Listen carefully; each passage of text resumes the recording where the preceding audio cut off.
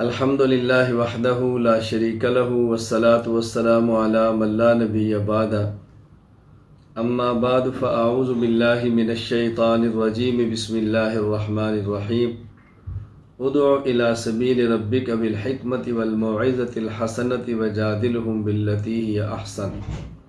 अल्लाहुम्मा सल्लि अला मुहम्मद व अला आलि मुहम्मद कमा सल्लैता अला इब्राहीम व अला आलि इब्राहीम इन्नका हमीदुम मजीद। अल्लाहुम्मा बारिक अला मुहम्मद व अला आलि मुहम्मद कमा बारकता अला इब्राहीम व अला आलि इब्राहीम इन्नका हमीदुम मजीद। ऑनलाइन तखस्सुस फिल अक़ाइदिल इस्लामिया में गुजारिश की गई थी कि उसूल पढ़ाए जाएंगे, अक़ाइद पढ़ाए जाएंगे, अहम इख्तिलाफ़ी मसाइल बताए जाएंगे इंशाअल्लाह अज़ीज़। सबसे पहले उसूल मुनाज़रा के हवाला से हमारे असबाक़ बिहम्दिल्लाह ताला मुकम्मल हो गए। गुजारिश की गई थी कि जो सबक पढ़ाया जाए उस सबक के मुतालिक हर तालिब इल्म को, हर शरीक को हक़ हासिल है कि वह अपने इत्मीनान के लिए सवाल करें और सबक के आखिर में तमाम सवालात का जवाब दिया जाएगा और उसके बाद इंशाअल्लाह अगला सबक शुरू होगा। जिन अहबाब ने सवालात लिख कर भेजे हैं आज उनके सवालात पढ़ के जवाबात दिए जाएंगे इंशाअल्लाह अज़ीज़ और उसके बाद फिर अगले सबक की बात होगी। एक सवाल आया है, बिस्मिल्लाहिर्रहमानिर्रहीम। आपने फरमाया कि मुश्किल कुशा के माना अहले तसव्वुफ़ के यहाँ तज़किया करने वाला है। इस पर चंद सवालात हैं। नंबर 1, ये माना इस्तिलाही किसने वज़ा किए? नंबर 2, इस्तिलाही और लुग़वी माना में क्या मुनासबत है? नंबर 3, क्या इस लफ्ज़ को अपने इस्तिलाही माना में महल्ले तराज़ के अलावा किसी और मकाम पर किसी और मुतसव्विफ़ ने इस्तेमाल किया है, यानी जैसा कि अरबी में अशार के ज़रिए इस्तिशहाद पेश करते हैं इस तरह के इस्तिशहाद मतलूब है? नंबर 4, अगर ये अहले तसव्वुफ़ की इस्तिलाह है तो क्या हम इसका इस्तेमाल अपने मशाइख के लिए कर सकते हैं? जवाबात। मुश्किल कुशा फ़ारसी ज़बान का लफ्ज़ है जो अरबी ज़बान में हल्लालुल माक़िद का तर्जुमा है। हल्लालुल माक़िद हज़रत अलीउल मुर्तज़ा रज़ी अल्लाह ताला अन्हु का लक़ब है। हल्लालुल माक़िद का माना है घिरा खोलने वाला, मुश्किल मसाइल को आसानी के साथ हल करने वाला। फ़िरोज़ुल लुग़ात में है मुश्किल कुशा, मुश्किल को हल करने वाला। तो अब देखिए मुश्किल कुशा का माना इस्तेमाल हो रहा है और सिर्फ हमने नहीं और हज़रात ने इस्तेमाल किया है। मैं इस वक्त बहुत मुनासिब समझता हूँ कि आपकी खिदमत में इस मौके पर हज़रत शेखुल इस्लाम सैयद हुसैन अहमद मदनी नव्वरल्लाहु मरक़दहू की तहरीर पेश करूँ। फ़तावा शेखुल इस्लाम के नाम से शेखुल इस्लाम मदनी रहमतुल्लाह के मुंतखब फ़िक़ही तहरीरात मकातीब का मुस्तनद मजमूआ ये हिंदुस्तान से शाया हुआ है। ये जो किताब छपी है इसमें एक सवाल है। हज़रत मदनी रहमतुल्लाह से पूछा गया, हज़रत अली को लोग मुश्किल कुशा कहते हैं मगर ये लफ्ज़ मुझ पर गिरां गुज़रता है क्योंकि मुश्किल कुशाई तो सिर्फ़ अल्लाह ताला की सिफ़त है, तो फिर हज़रत अली को मुश्किल कुशा क्यों कहा जाता है? अल-जवाब, हज़रत अली करमल्लाहु वजहहू के मुतालिक मुश्किल कुशा का लफ्ज़ नामालूम किस वजह से तबीयत को गिरा होता है। ज़माने साबिक़ में ये लफ्ज़ बमंज़िला लक़ब हज़रत अली करमल्लाहु वजहहू के लिए मुस्तामल होता था। आपका सवाल, ये माना इस्तिलाही किसने वज़ा किए हैं? जवाब ज़ेन नशीन फरमाए। ज़माने साबिक़ में ये लफ्ज़ बमंज़िला लक़ब हज़रत अली करमल्लाहु वजहहू के लिए मुस्तामल होता था। इसी ज़माना में शजरा तसनीफ़ किया गया। हमने ज़माने तफ़ूलियत में सन रसीदा लोगों की ज़बान पर इसको बहुत ज़्यादा जारी पाया, मगर ये लफ्ज़ अरबी के हल्लालुल माक़िद का तर्जुमा है हस्ब माना लुग़वी खुसूसियत ज़ात खुदाबंदी के साथ नहीं रखता। मानी शरइया के एतबार से मुश्किल कसीम मुजमल व मुतशाबे होता है, जिसका मिसदाक हर फ़क़ीह साहिब राय हो सकता है। हज़रत अली करमल्लाहु वजहहू के मुतालिक वक़्त इरसाल यमन जबकि उन्होंने शिकायत फरमाई कि मैं हदीसुस्सिन हूँ और आप मुझको काजी और हाकिम बनाकर भेजते हैं, तो जनाब रसूलुल्लाह सल्लल्लाहु अलैहि वसल्लम ने सीने मुर्तज़विया पर दस्ते मुबारक मारा, जिसका असर ये हुआ कि अली करमल्लाहु वजहहू फरमाते हैं फ़मा शक्कतु फ़ी क़ज़ियतिन बादु। फिर इनके वहाँ की मुश्किल से मुश्किल फ़ैसले जनाब रसूलुल्लाह सल्लल्लाहु अलैहि वसल्लम के सामने ज़िक्र किए गए हैं, जिस पर आपने इज़हार खुशनुदी फरमाया है। हज़रत उमर रज़ी अल्लाह अन्हु फरमाते हैं लौला अली लहलक उमर, वह ऐसे मुश्किल मुकाम में था जो कि मशहूर है। मुश्किलात के हल करने में ज़माना सहाबा में हज़रत अली रज़ी अल्लाह अन्हु मशहूर हो गए थे। ताकि सख्त फ़ैसला में ये मसल सहाबा किराम में मशहूर है, ये मिसल सहाबा किराम में मशहूर है। क़ज़ियता वला अबा हसनिल्लाह। बहरहाल समझ नहीं आता क्या वजह इस लफ्ज़ के अबा की है।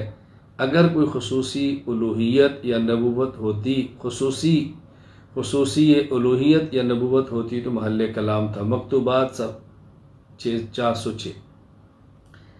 तो ये माना मुश्किल कुशा का हल्लालुल माक़िद ये इस्तेमाल हुआ है।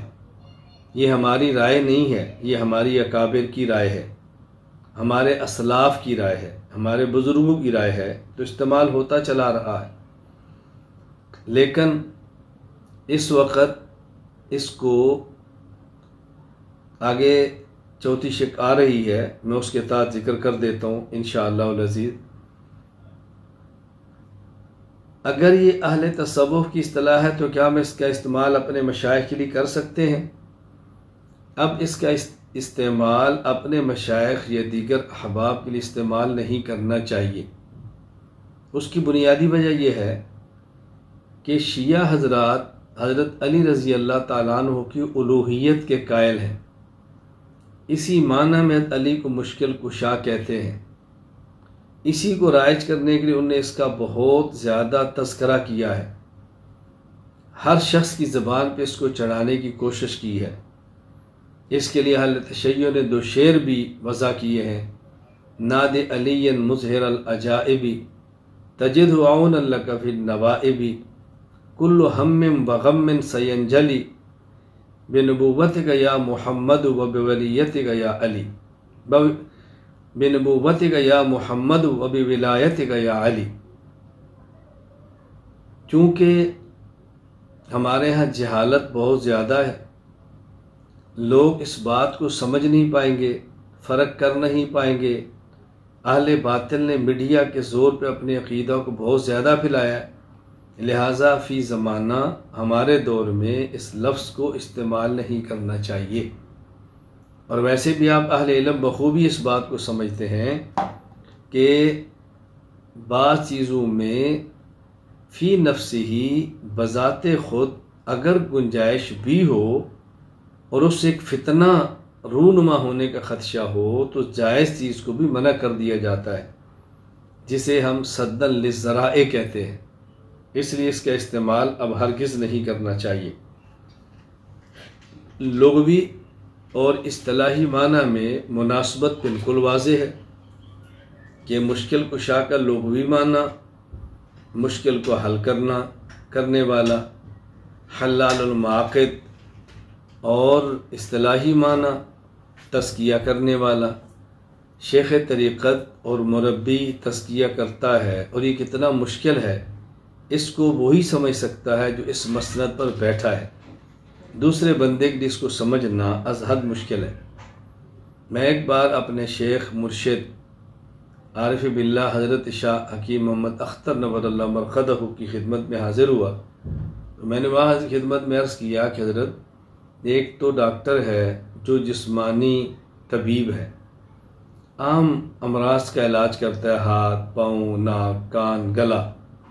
एक दिल का मरीज़ है, दिल बदन के अंदर है, ढांचे में मख्फी है, उसका इलाज मुश्किल है। और एक दिल के अंदर छुपी कैफियत का मुआलिज है जो कि शेख तरीक़त है, तो इसका इलाज तो सबसे मुश्किल है। हद बहुत खुश और बहुत दाद दी। तो आम डॉक्टर जो हाथ पाँव का इलाज करे कितना मुश्किल काम है, फिर जो दिल का इलाज करे कितना मुश्किल काम है, जो दिल में मख्फी छुपी हुई कैफियत का इलाज करे कितना मुश्किल होगा। तो लुग़वी और इस्तिलाही माना में मुनासबत तो बिल्कुल वाज़ेह है, इसमें कोई उलझन की बात ही नहीं है। बाकी ये कि क्या इस लफ्ज़ को अपनी इस्तिलाही माना में महल्ले तराज के अलावा किसी और मकाम पर किसी और मुतसव्विफ़ ने इस्तेमाल किया है। एक तो जवाब आपकी खिदमत में आ गया कि ये लफ्ज़ हज़रत अली रज़ी अल्लाह ताला अन्हु के लिए इस्तेमाल होता था, और ख़ुद हज़रत उमर बिन ख़त्ताब रज़ी अल्लाह ताला अन्हु के लिए दफ़ा व मौज़लात सीरत हलबिया में इमाम अली बिन इब्राहीम बिन अहमद हलबी रहमहुल्लाह वफ़ात 1043 हिजरी ने नकल किया। और दफ़ा व मौज़लात का माना भी फ़ारसी में मुश्किल कुशा बनेगा, मुश्किल चीज़ों को हल करने वाले। एक बात ये कि हज़रत अली रज़ी अल्लाह ताला अन्हु के लिए हज़रत हाजी इमदादुल्लाह महाजिर मक्की रहमहुल्लाह के अलावा भी बक़ौल हज़रत मदनी के ये लफ्ज़ आम मुस्तामिल था। और दूसरी बात ये समझें, जिस तरह कल गुज़श्ता हकीमुल उम्मत हज़रत थानवी रहमहुल्लाह के हवाले से मैं बात अर्ज़ कर चुका हूँ कि जब आपको एक शख्स कहता है कि मेराज के आप कायल हैं तो दलील, आपने फरमाया कि अक़लन मुमकिन नक़लन साबित, और जो चीज़ अक़लन मुमकिन हो नक़ल उस पर दाल हो तो वो सब साबित ही मानी जाती है। इस पर कहा जी कोई नज़ीर, तो हज़रत हकीमुल उम्मत थानी फरमान लगे अगर हर चीज़ के लिए नज़ीर ज़रूरी हो तो जो नज़ीर दूंगा उसके लिए भी नज़ीर चाहिए, फिर उसके वजूद के सबूत के लिए भी नज़ीर चाहिए, तो कहीं जाकर तो आपको रुकना पड़ेगा ना। तो मालूम हुआ कि महल्ले इस्तिशहाद लाजिम नहीं है कि हर एक के लिए आप ज़रूर नज़ीर पेश करें। मिल जाए तो भी ठीक है, हमने दे दी है, ना भी हो तब भी हरज की बात नहीं है। अल्लाह ताला हमें ये बात समझने की तौफीक अता फरमाए। सवाल। अस्सलाम वालेकुम वरहमतुल्लाहि वबरकातुहू। उस्ताद मोहतरम, उम्मीद है आप खैरियत से होंगे। बंदा ने आपके दौरा तहक़ीक़ुल मसाइल में काफ़ी अरसा शिरकत की, जिसकी वजह से अब अल्हम्दुलिल्लाह तखस्सुस से मोतद भी ही फ़ायदा हो रहा है। अल्हम्दुलिल्लाह अपने इलाक़े में काफ़ी इल्मी अमली काम है। अक्सर औक़ात अहले बिदअत नामज़हब ममाती ज़राअत से बहस होती है, और अल्हम्दुलिल्लाह हर मरतबा अल्लाह ने सुरखरू फरमाया, अल्हम्दुलिल्लाह अला ज़ालिक। और इलाक़े में बंदा इसी काम व नाम से मारूफ़ है, इसलिए बंदा कुछ तफसीलन इन अब्बास को जानना चाहता है ताकि इस मैदान में मज़ीद तरक्की हो, बंदा की रहनुमाई फरमाकर ममनून व मशकूर हूँ। नंबर 1, मुनाजरा में दावा जवाब दावा लिखने में ताबीर क्या इख्तियार करें, कैसे करें। नंबर 2, क्या जवाब दावा दावा से बड़ा होता है। नंबर 3, मुनाजरा में शराइत क्या तय की जाए, क्योंकि मुख्तलिफ फ़िरके हैं, हर एक से शराइत अलग होंगी। बात अच्छी तरह समझ लें। ये जो आपने पहला सवाल फरमाया है, मुनाजरा में जवाब दावा लिखने में ताबीर क्या इख्तियार करें। असल में तो जब गुफ्तगू हो, किसी उन्वान पर मुनाजरा हो, तो मौके पर तय किया जाता है कि ताबीर क्या हो। ज़रूरी तो नहीं कि मुद्दई को और हो। बसा औक़ात मुनाजरा होगा, मुद्दई आप होंगे तो आपको दावा लिखना होगा। अगर आप मुद्दई नहीं होंगे, मुद्दई कोई और होगा तो आपको जवाब दावा लिखना होगा। बहरहाल जवाब दावा में बुनियादी बात यह है कि आप मतानत का ख्याल करें, शाइस्तगी का ख्याल करें, अल्फाज मुहज़्ज़ब इस्तेमाल करें, तलख चीज़ें उसके अंदर इख्तियार न करें, और जो आप दलाइल से साबित कर सकते हैं बस वही लिखें।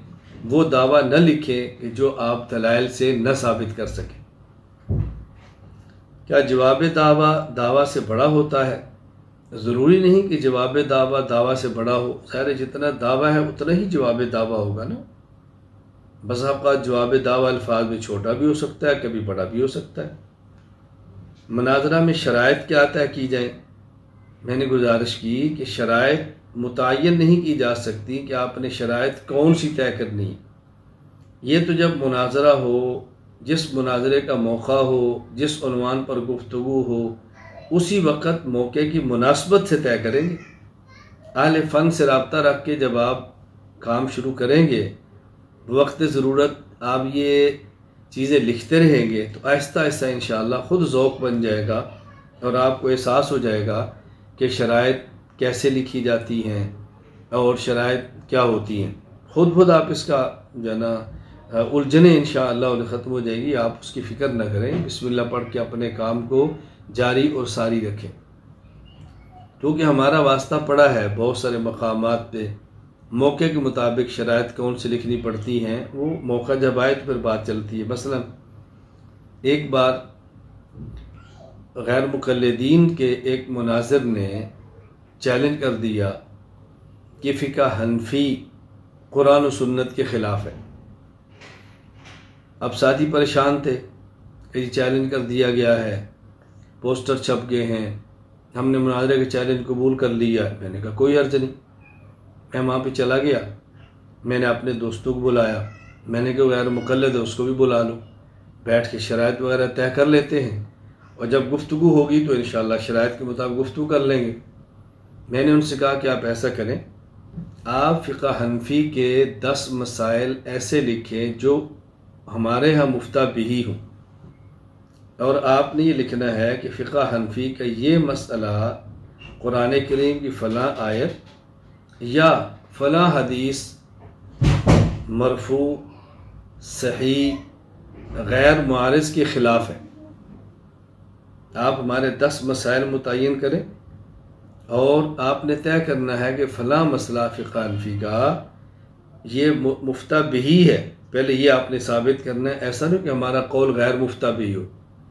फिर ये साबित करना है कुरान करीम की आयत और हदीस सही मरफू गैर मुआरिज़ के ख़िलाफ़ है।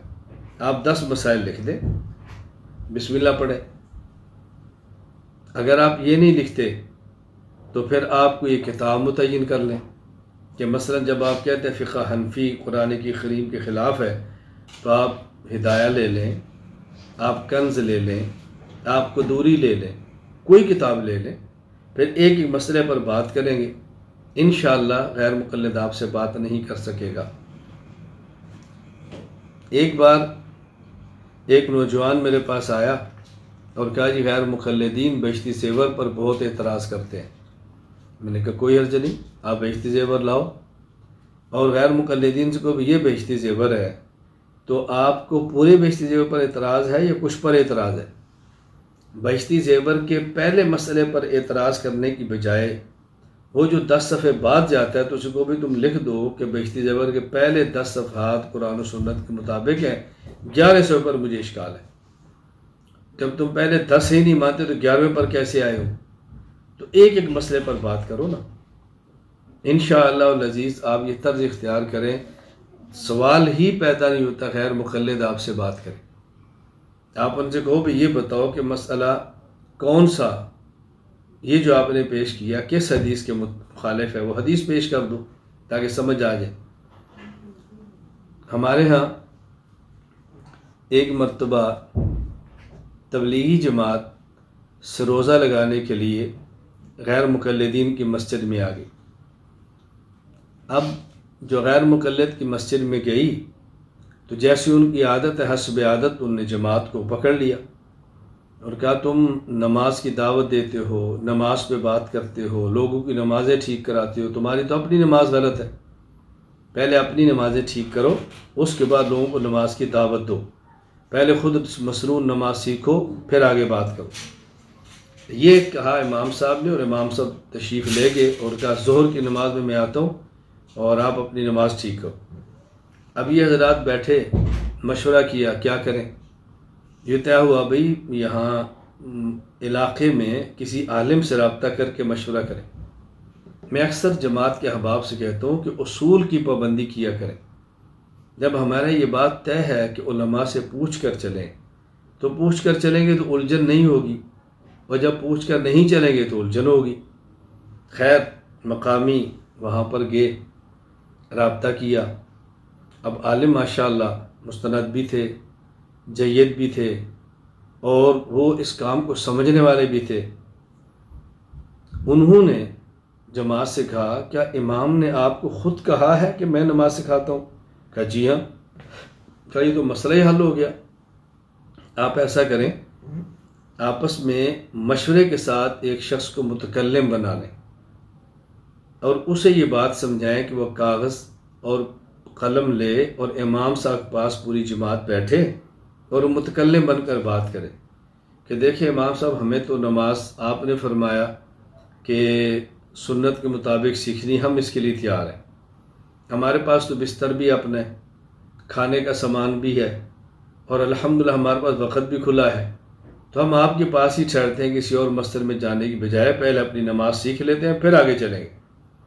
तो आप ऐसा करें कि ज़रा हमें एक मसला लिखा दें और उस मसले पर बता दें कि ये हदीस है। इमाम साहब ने, ज़ाहिर है जो उनको पता था, उनने शुरू किया तो उन्होंने कहा देखो तुम नमाज में रफ़ुल यदैन नहीं करते, जबकि रफ़ुल यदैन करना सुन्नत है। मुतकल्लिम ने तो बात पूरी की, चूँकि वो समझ के आया था, सीख कर आया था।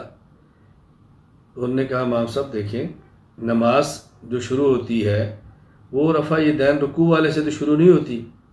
नमाज तो शुरू होगी पाँव कैसे रखने हैं। पहले आप मुझे ये बताएं कि जब हम नमाज पढ़ेंगे तो हम पाँव के दरमियान फासला कितना रखेंगे? फ़र्ज़ नहीं, सुन्नत। ज़ाहिर हमने पहले फ़जर की नमाज़ पढ़नी है, फिर ज़ोहर की है, फिर असर की है, फिर मगरिब की है, फिर इशा की है। हम फ़जर की नमाज़ के लिए मस्जिद में आते हैं, दोहर का सुन्नत पढ़नी है, सबसे पहले हमने खड़ा होना है। आप हमें ये बताएं कि हम जब खड़े हों तो पाँव के दरमियान फ़ासला कितना रखें, इस पर हमें एक हदीस लिखवा दें। और अगर जितना फ़ासला रखना चाहिए उससे अगर हम कम या ज़्यादा कर दें, नमाज होगी तो हदीस लिखवा दें, नमाज नहीं होगी तो हदीस लिखवा दें। हम उलमा नहीं, पढ़े लिखे लोग नहीं हैं, हमें फ़िलहाल एक मसला पर आप 3 हदीसें लिखवा दें। हम इसको इंशाअल्लाह ज़ोहर तक मुज़ाकरा करते हैं, याद करते हैं, ज़ोहर असर तक हम मुज़ाकरा करते याद करते हैं। आप असर की नमाज में तशरीफ़ लाएंगे तो हम फिर अगला मसला सीख लेंगे। हम एक एक मसले पर इंशाअल्लाह आपसे रहनुमाई लेकर सीखते रहेंगे। इमाम साहब फरमान लगे कि तुम नमाज सीखना चाहती हो या शरारत करना चाहती हो? कहा जी शरारत वाली क्या बात है। आपने फरमाया नमाज सीखो, हम सीखने के लिए बैठ गए हैं। अब अहादीस तो आपने लिखवानी है तो हम सीखेंगे, आप नहीं लिखवाएंगे तो हम कैसे सीखेंगे? इतनी बात होनी थी, सारी हवा निकल गई, सारा इल्म ख़त्म हो गया, जाता रहा मुनाजरा जहाँ से आया था।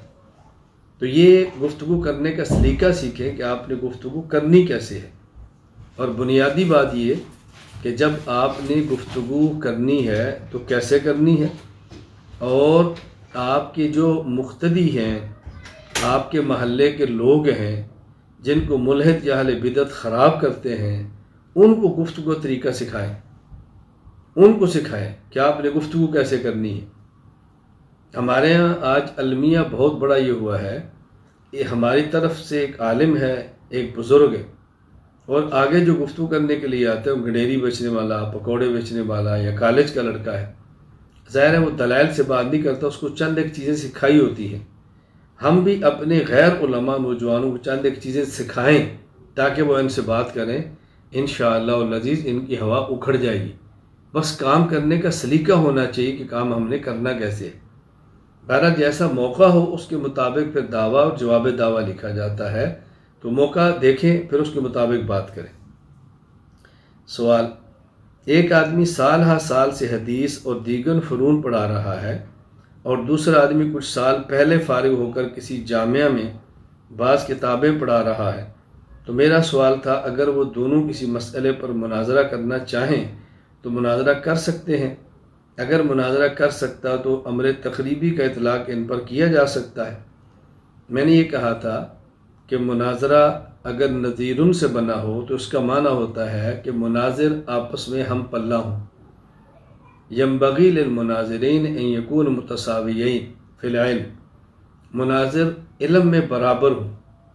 और ये जो बराबर होना है, मैंने कहा था कि ये अमर तकरीबी है, अमर तहक़ीक़ी नहीं। यानी दोनों आलिम हों, दोनों हाफिज़ हों, अपने अपने वफाक का उनने निसाब पढ़ा हो, ये बात मैं पहले समझा चुका हूँ।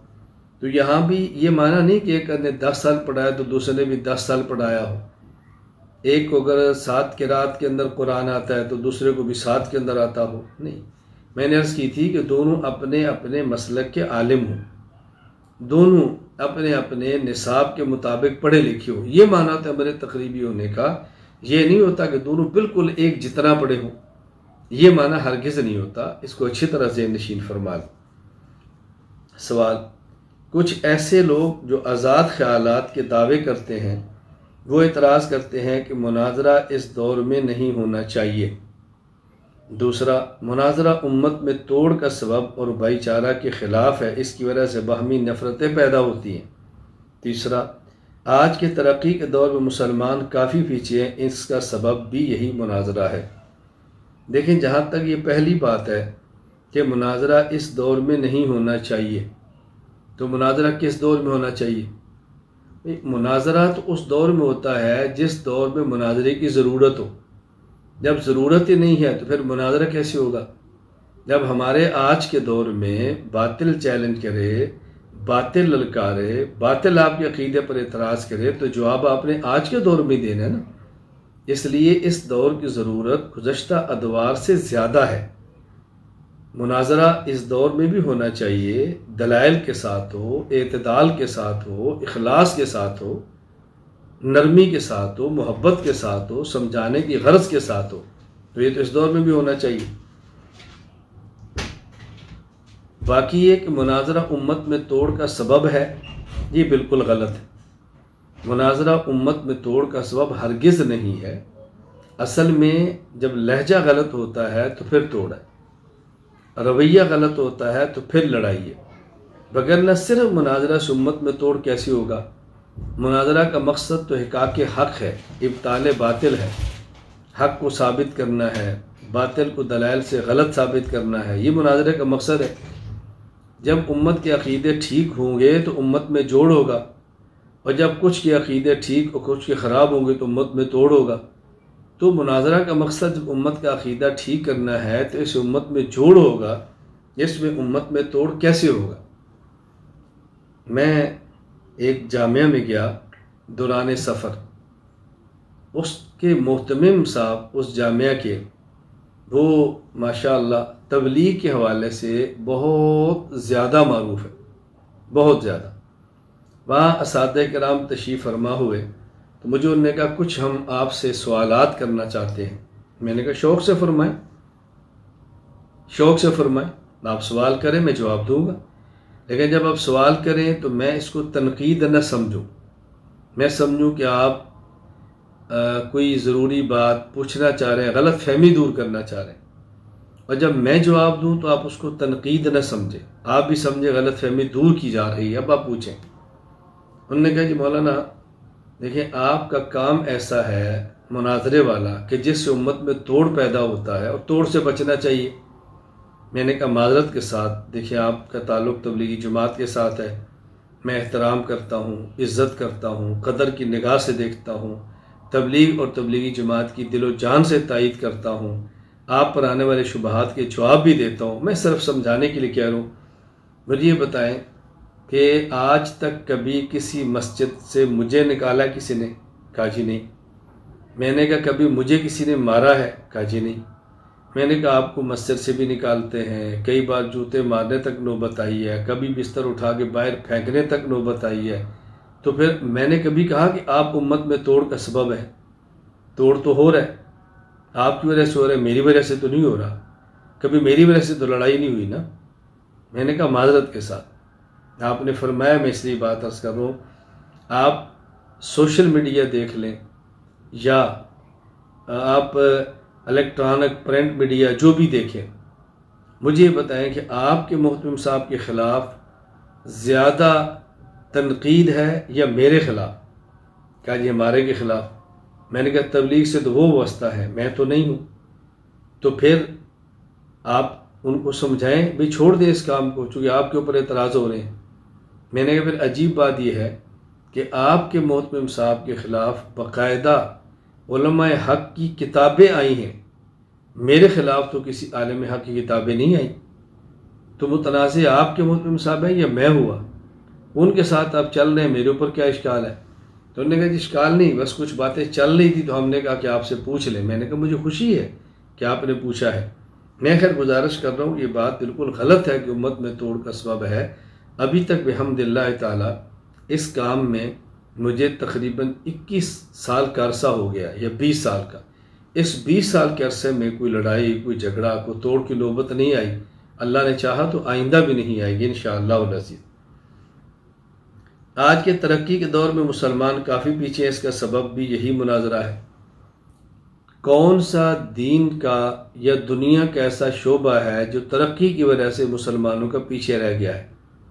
कोई शोबा हमें पता है कि मुनाजरा और पीछे रह गया। आज हम देख रहे हैं कि सियासतदान भी मुनाजरे की चैलेंज दे रहे हैं और दीगर हजरात भी चैलेंज करते फिर रहे हैं।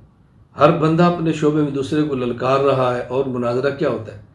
सिर्फ दीन हक़ की मदद के लिए मुनाजरा करने को बदनाम किया जा रहा है और कुछ भी नहीं। दीन के रास्ते में तरक्की, दीन की तरक्की के रास्ते में रुकावट मुनाजरा कैसे है? मुझे आप बताएं। दुनिया की तरक्की के रास्ते में रुकावट मुनाजरा कैसे है? ये सारी बातें मुनाजरा न समझने की वजह से है। लोगों ने मुनाजरा का माना जदलो जदाल, लड़ाई झगड़ा, फड्डा समझ रखा है, जबकि हमारे यहाँ मुनाजरा का माना है मुखालिफ को दलाइल के साथ कायल करना, उसकी बात सुनना और अपनी बात सुनाना। इससे कौन सी तरक्की रुक रही है? कौन सी रुकावट पैदा हो रही है?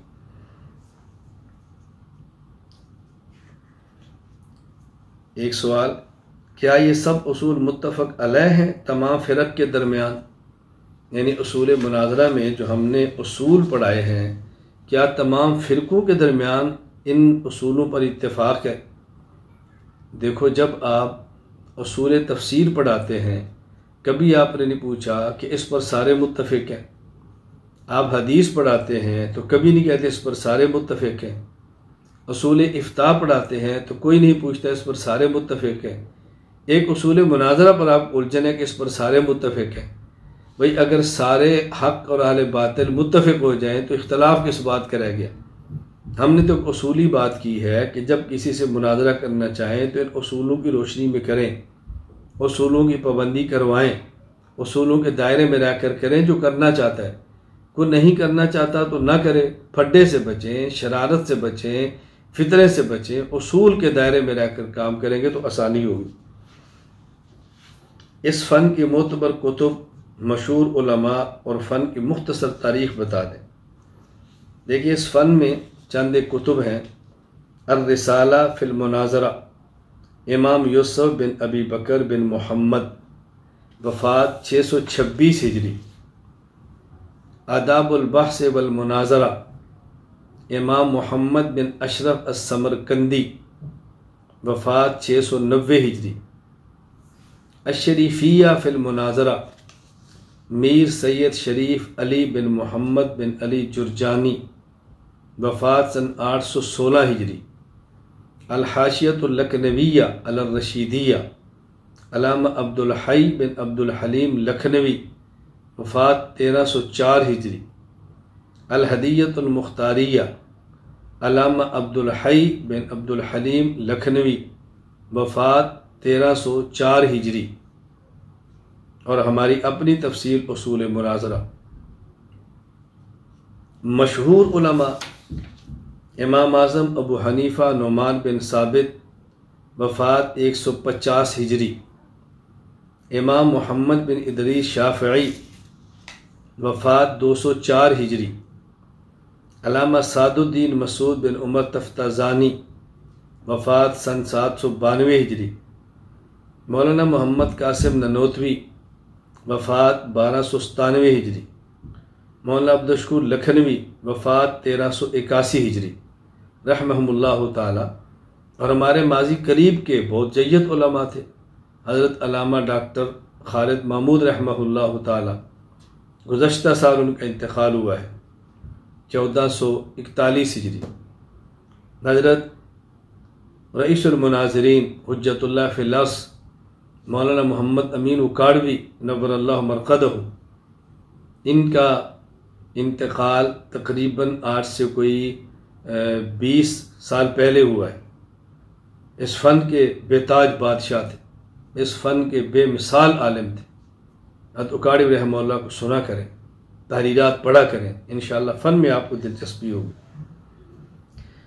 तारीख़ किसी मसला पर फ़रीक़ैन का गुफ्तगू करना, दलाइल का तबादला करना, ये कदीम है। इसे मुस्तकिल फ़न की सूरत में 6वीं सदी हिजरी में मुदव्वन किया गया, जिसके लिए शेख रुकनुद्दीन अबू हामिद मोहम्मद बिन मोहम्मद वफ़ात 615 हिजरी किताब तसनीफ़ फरमाई अल इरशाद फिल जदल वल खिलाफ, अल इरशाद फिल जदल वल खिलाफ। इसके बाद फिर उलमा ने सुलमान पे कलम उठाया और फ़न को तरक्की दी। जिन हजरात ने तरक्की दी उसमें बतौर ख़ास इमाम फ़खरुद्दीन राज़ी, इमाम नसवी वग़ैरह शामिल हैं। जो उसूल आपने पढ़ाए ये कौन सी कुतुब से मुस्तफ़ाद हैं? जो उसूल हमने पढ़ाए और आपकी खिदमत में पेश किए, अर-रशीदिया और दीगर मुतफर्रिक़ कुतुब से इनको लिया गया, लेकिन कुतुब से ज़्यादा इनमें मेरे तजर्बात को दखल है, जिसको हमने फ़ाइल का हिस्सा बनाया है।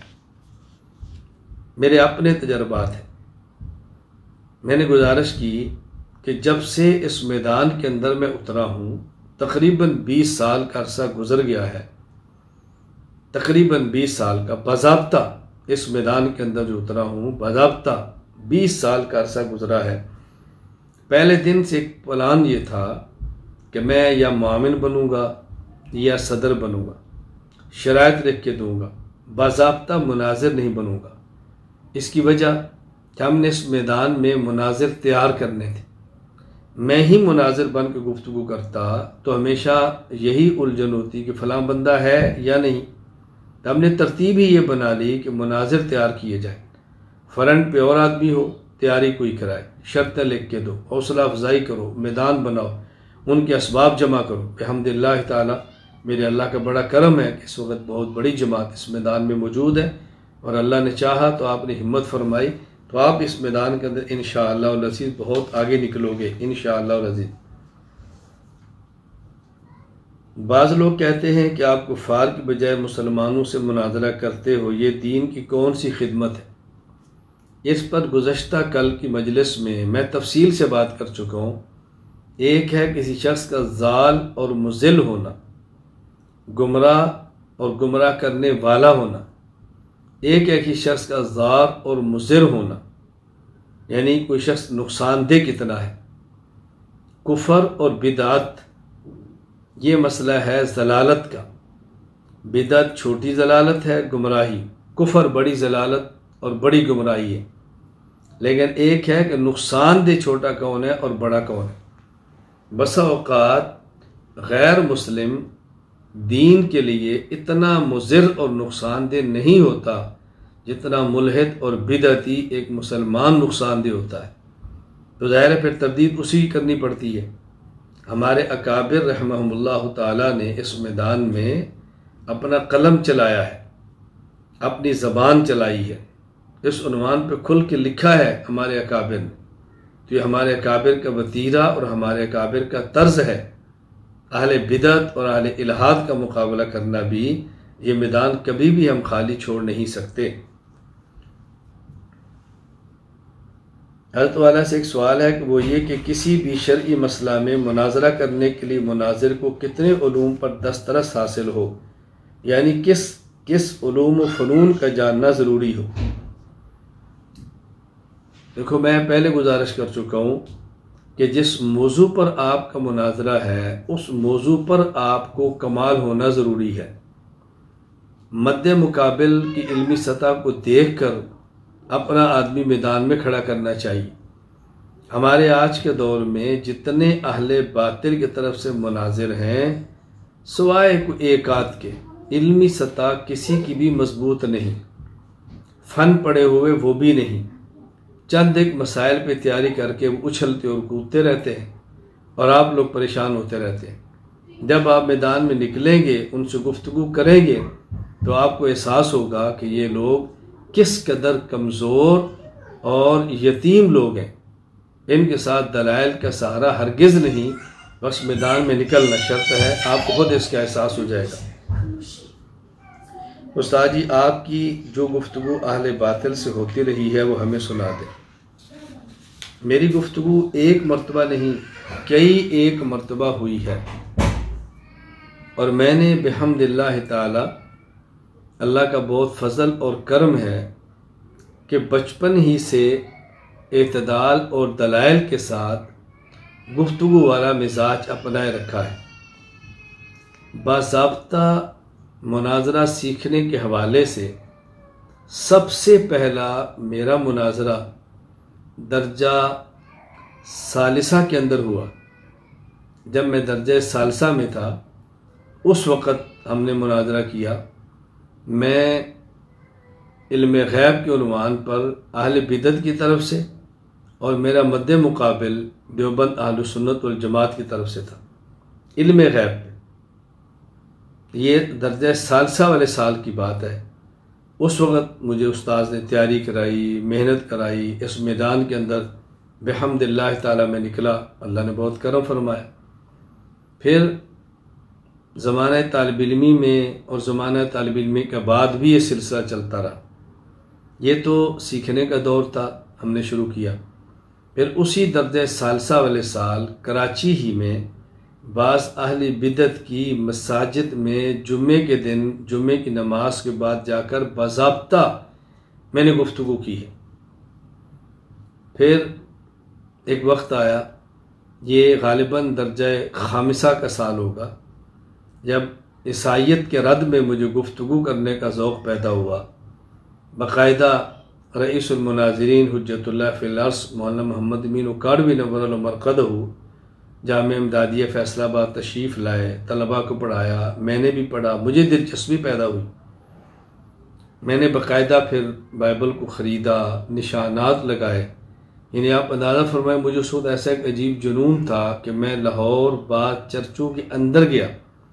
गुफ्तगू करने की नौबत नहीं आई, लेकिन मैं घूमता रहा इस फ़न की वजह से। और फिर दर्जा सादिसा वाले साल हम मदरसे में पढ़ते थे, तो इशा की नमाज के बाद तकरार के लिए छत पर बैठे थे, गर्मी थी। तो करीब आले बिदत की मस्जिद थी, वहाँ से ऐलान हुआ कि उनके फ़लाँ मुनाज़िर हैं, वो आ रहे हैं। तो तलबा ने मुझे भी कहा, क्या ख्याल है, आज चलें? मैंने कहा देख लो, अगर आप कहते हो तो चलते हैं। मदरसे की तरफ पाबंदी का आपको पता ही है, कहा नहीं चलना चाहिए। खैर तालिब इल्मी का ज़माना था, हम निकल गए। वहाँ जब गए तो इशा की नमाज के बाद उनका जलसा शुरू हुआ और नूर बशर पे गुफ्तगू थी। मनाज़र वो खरचता रहा, बरसता रहा, तक़रीर होती रही। जब बयान ख़त्म हुआ उनका, तो तलबा से मैंने कहा, भी हम तो तालिब इल्म हैं और ये बाज़ाब्ता इनका मुदर्रिस है और मुनाज़िर है, तो क्या करें? कहा अगर तुम गुफ्तगू कर सकते हो फिर तो करते हैं। मैंने कहा नहीं, कर तो लेंगे इंशाअल्लाह, उसकी तो फ़िक्र न करें। तो हमने अपने तौर पे जैसे तालिब इल्म होते हैं, तालिब इल्मी ज़ौक़ में एक तरतीब बने। मैंने कैसा करते हैं, चलते हैं, अगर तो हमारा पल्ला भारी रहा तो ठीक है, चढ़ जाएंगे, और अगर आप महसूस करें भी हमारा पल्ला कमज़ोर है तो फिर आप दरमियान में मतलब खपशप डालना, नहीं जी देर हो गई है, मदरसे गेट बंद हो जाएगा, आ जाएं, फिर करें। कोई ऐसी तरतीब बनाएं जैसे तालिब इल्म कोई तरतीब बनाते हैं, तालिब इल्माना तौर बैन का। लेकिन आप घबराए नहीं, अल्लाह करम फरमाएगा, आप तशरीफ़ लाए। हम गए तो वो बयान के बाद मस्जिद के महराब में तशरीफ़ फरमाते बैठ के। मैंने कहा ये एक बात पूछनी है। मुझे कहते हैं आप बताएं। मैंने कहा आपने कहा कि रसूलुल्लाह सल्लल्लाहु अलैहि वसल्लम नूर है। मेरा सवाल ये है, आपकी ज़ात मुबारका नूर है और लिबादा बशरियत में तशरीफ़ लाए हैं, या आपकी ज़ात मुबारका बशर है और सिफ़त नूर के साथ मुत्तसिफ़ होकर तशरीफ़ लाए हैं? मुझे कहने लगे आपकी ज़ात नूर है और लिबादा बशरियत में आई है। जिस तरह हज़रत जिब्राईल मरियम के पास आए से फ़तमश्तर लहा बशरन सविय्या, इस तरह। मैंने कहा ये अक़ीदा कतई है? क्या जी बिल्कुल। मैंने कहा इस अक़ीदे के इनकार से या इसको कबूल न करने से बंदा मुसलमान नहीं रहता? क्या जी बिल्कुल। मैंने कहा अच्छा मुझे ये फरमाएं कि अक़ीदे में नस जो चाहिए, नस की 4 किस्में हैं। नंबर 1 कतई सबूत कतई दलालत, नंबर 2 ज़न्नी सबूत ज़न्नी दलालत, नंबर 3 कतई सबूत ज़न्नी दलालत, नंबर 4 ज़न्नी सबूत कतई दलालत। 4 किस्में होगी नस की, कतई सबूत कतई दलालत, ज़न्नी सबूत ज़न्नी दलालत, कतई सबूत ज़न्नी दलालत, ज़न्नी सबूत कतई दलालत। और ऐसे अक़ीदे में जिसके इनकार कुफर हो वहाँ नस चाहिए, कतई सबूत और कतई दलालत। अब आप ज़रा आयत पेश फरमाएँ, कोई नस पेश करे इस अक़ीदे पर। क़ादी क़द जाअकुम मिनल्लाहि नूरुन व किताबुम मुबीन। मैंने कहा यहाँ नूरुन से मुराद क्या है? क़ादी ज़ात मोहम्मद सल्लल्लाहु अलैहि वसल्लम। मैंने कहा यहाँ नूरुन से मुराद क्या है? इसमें 3 एहतमाल हैं, जिनमें एक एहतमाल है हज़ूर अकरम सल्लल्लाहु अलैहि वसल्लम की ज़ात, एक एहतमाल है, 3 नहीं है, यानी मुतय्यन नहीं है। तो सबूत में कतई है, ये दलालत में कतई नहीं है। तो जब ये आयत कतई सबूत ज़न्नी दलालत होगी तो आप इसको नस में कैसे पेश कर सकते हैं? फ़ौरन पैंतरा बदला तो मुझे कहते हैं मौलाना अशरफ अली थानी नशर व तीब के अंदर लिखा है अव्वल मा खलक़ल्लाहु नूरी, इससे मुराद रसूलुल्लाह सल्लल्लाहु अलैहि वसल्लम की ज़ात है। मैंने कहा आप नशर व तीब का मतन देखा है, तो आपने नशर व तीब का हाशिया नहीं देखा कि यह नूरी से मुराद जिस्म मोहम्मद है या रूह मोहम्मद है सल्लल्लाहु अलैहि वसल्लम। इतनी बात के खड़े हो गए, मुनाजरा करना है तो तारीख़ तय करें। मैंने कहा तारीख़ क्या तय करनी है? आगे हम बिस्मिल्लाह पढ़े, बात शुरू हो गई, क्या तारीख़ तय करनी है? फिर वो जो मैंने अपने साथियों से कहा था शायद वो भी समझा के लाया होगा, उसने उसके साथ तालिब इल्म थे, नहीं तय करो, मुनाजरा ऐसे नहीं होता, तारीख़ तय होती है, ये होता है वो। खैर बात आएगी और ख़त्म हो। इस तरह गुफ्तगू हमारी कई बार हुई है। एक बार गुफ्तगू एक ऐसे शख्स से हुई जो मैं ये तो नहीं कह सकता राफजी था, पर एतराज़ उसका राफजियों का था। कहने लगा ये बताएं कि जब 2 शख्सों में लड़ाई होती है तो एक हक पर होता है तो एक बातिल पर होता है, ये बात तो है ना? मैंने कहा ज़रूरी नहीं है एक हक पर हो एक बातिल पर हो। कहता जी कैसे हो सकता है कि 2 शख्सों में लड़ाई हो और दोनों हक पर हो, बातिल पर कोई भी ना हो? मैं समझता था कि उसने अगर मैं कह देता एक बातिल पर है तो उसने कहना था अली और मीर मुआविया रज़ी अल्लाह अन्हुमा में से हक पर कौन है बातिल पर कौन है। मैं समझ रहा था। मैंने कहा जब 2 शख्सों में झगड़ा हो तो एक हक पर एक बातिल पर होता है, ये ज़रूरी है? कहता जी हाँ। मैंने कहा तो मूसा हारून अलैहिस्सलाम दोनों नबी हैं, दोनों के दरमियान इख्तलाफ हुआ है। नौबत यहाँ तक पहुँची कि मूसा अलैहिस्सलाम ने हज़रत हारून इस्लाम की दाढ़ी मुबारक और सर मुबारक के बाल पकड़ कर खींचे। मुझे आप बताएं इनमें हक़ पर कौन था बातिल पर कौन था? कहा जी दोनों हक़ पर थे। तो मैंने कहा झगड़ा कैसे हुआ? कहा जी मूसा अलैहिस्सलाम पर वही आई, उनको बताया गया, उनको बात समझ आ गई कि हज़रत हारून ने जानबूझ कर नहीं किया, इनकी इज्तिहादी ख़ता थी, ये समझते थे कि इसका फ़ायदा होगा, तो बात ख़त्म हो गई। मैंने कैसे फिर हमारा मौक़िफ़ साबित हुआ कि पैगम्बर पर वही आती है तो झगड़ा ख़त्म हो जाता है, बाद वालों पर वही नहीं आती तो झगड़ा बाकी रहता है। इसमें इश्काल की बात क्या है? खामोश हो गया। इस तरह बिहम्दिल्लाह ताला बहुत सारे हज़रात से गुफ्तगू होती रही हैं, लेकिन मेरे अल्लाह ने करम फरमाया कि बिहम्दिल्लाह ताला कभी नाकामी इस तरह नहीं हुई। अल्लाह ताला मुझे भी और आपको भी एतदाल के साथ, इखलास के साथ, दलाइल के साथ अकाबिर के मसलक को उनके मनहज के मुताबिक लेकर चलने की तौफीक अता फरमाए। व आखिर दावाना अनिल हम्दुलिल्लाहि रब्बिल आलमीन। 2-3 बातें समाअत फरमा लें और उसके बाद फिर आपको मौका देंगे इंशाअल्लाह गुफ्तगू करने का। एक बात तो ये कि इंशाअल्लाह उल अज़ीज़ बुध के रोज़ आपको उसूल मुनाजरा का पर्चा मिल जाएगा। आपने हल करके जुमेरात को वापस करना है, उसकी तरतीब आपको समझा दी जाएगी। भाई ये पर्चा है और ये हल है, दयानत से काम लेना है। पहले याद कर लें वक्त आपको दिया जा रहा है। देखें आज इतवार है, पीर, मंगल और बुध 3 दिन मौजूद हैं। अच्छी तरह इस फ़ाइल को तैयार कर लें। इसी फ़ाइल से सवाल होंगे, बाहर से सवालात नहीं होंगे। बुध को पर्चा मिलेगा, आपने हल करके जुमेरात को वापस कर देना। फ़ाइल को देख कर नहीं लिखना, क्योंकि मैंने गुजारिश की थी हमारी तरतीब ही होगी उसूल मुनाजरा मुकम्मल, इसका इम्तिहान नंबर लग जाएंगे, फिर उसूल उस पर नंबर लग जाएंगे, फिर उसूल उस पर नंबर लग जाएंगे। जो पढ़ाया जाएगा उसका इम्तिहान होगा। साल के आखिर में इनके नंबर इकट्ठे करके सनद दी जाएगी। सनद नंबरात की बुनियाद पर मिलनी है, इसको ज़हन नशीन फरमा लें इंशाअल्लाह अज़ीज़। तो इसका एहतमाम करें। बाकी इंशाअल्लाह हफ्ते के दिन अल्लाह चाहेगा तो अगले उसूल पर भी सबक होगा, मज़ीद इसबाक भी होंगे।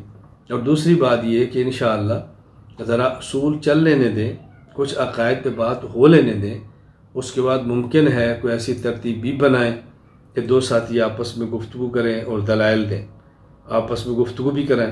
और ये भी हो सकता है कि मुनाजरा के अंदाज में गुफ्तगू ना हो, वैसे बोलने का तरीका बताएं कि आपने अक़ायद को बयान कैसे करना है। इंशाअल्लाह बताएंगे भी, सिखाएंगे भी, और फिर उसमें बाकायदा मजलिस के अंदर बैठेंगे, तरतीब बताएंगे कि आपने गुफ्तगू कैसे करनी है। और तीसरी बात, इंशाअल्लाह अज़ीज़ महीने के अंदर एक मरतबा हमारी मजलिस खालिस खानकाई होगी। उसमें जिस तरह अक़ायद पर बात होती है, इस तरह अखलाक पर भी होगी, अमाल पर भी होगी, ज़िक्र की मजलिस भी होगी। कई अहबाब ने तकाज़ा भी रखा था, जो बैत करना चाहेंगे उनको बैत का मौका भी मिलेगा। तो इंशाअल्लाह अज़ीज़ सिलसिला चलता रहेगा। अल्लाह हम सब से राज़ी हो जाए।